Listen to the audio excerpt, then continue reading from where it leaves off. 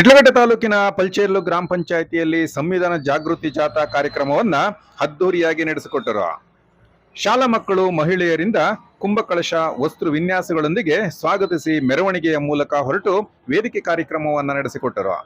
ಕಾರ್ಯಕ್ರಮದಲ್ಲಿ ಗ್ರಾಮ ಪಂಚಾಯಿತಿ ಅಧ್ಯಕ್ಷೆ ಲಕ್ಷ್ಮೀದೇವಮ್ಮ, ಉಪಾಧ್ಯಕ್ಷೆ ಮೀನಾ, ಸಮಾಜ ಕಲ್ಯಾಣ ಇಲಾಖೆ ಅಧಿಕಾರಿ ಜಗದೀಶ್, ಮಹಿಳಾ ಮತ್ತು ಮಕ್ಕಳ ಕಲ್ಯಾಣ ಇಲಾಖೆ ಅಧಿಕಾರಿ ನೌತಾಸ್, ಪಂಚಾಯಿತಿ ಅಭಿವೃದ್ಧಿ ಅಧಿಕಾರಿ ರಮೇಶ್, ಸದಸ್ಯರಾದ ದೇವರಾಜು, ನಾರಾಯಣಸ್ವಾಮಿ, ರಾಮಕ್ಕ, ಸ್ವಾತಿ, ರಾಮಚಂದ್ರ ರೆಡ್ಡಿ, ಲಕ್ಷ್ಮೀನಾರಾಯಣ, ನಾಗರತ್ನ, ರತ್ನಮ್ಮ, ಕಲಾವತಿ, ರವಿಚಂದ್ರ, ನಾರಾಯಣಪ್ಪ, ಪಂಚಾಯಿತಿ ಕಾರ್ಯದರ್ಶಿ ಗೋಪಿನಾಥ್, ಶಾಲಾ ಸಿಬ್ಬಂದಿ, ಮಕ್ಕಳು, ಗ್ರಾಮಸ್ಥರು ಹಾಜರಿದ್ದರು.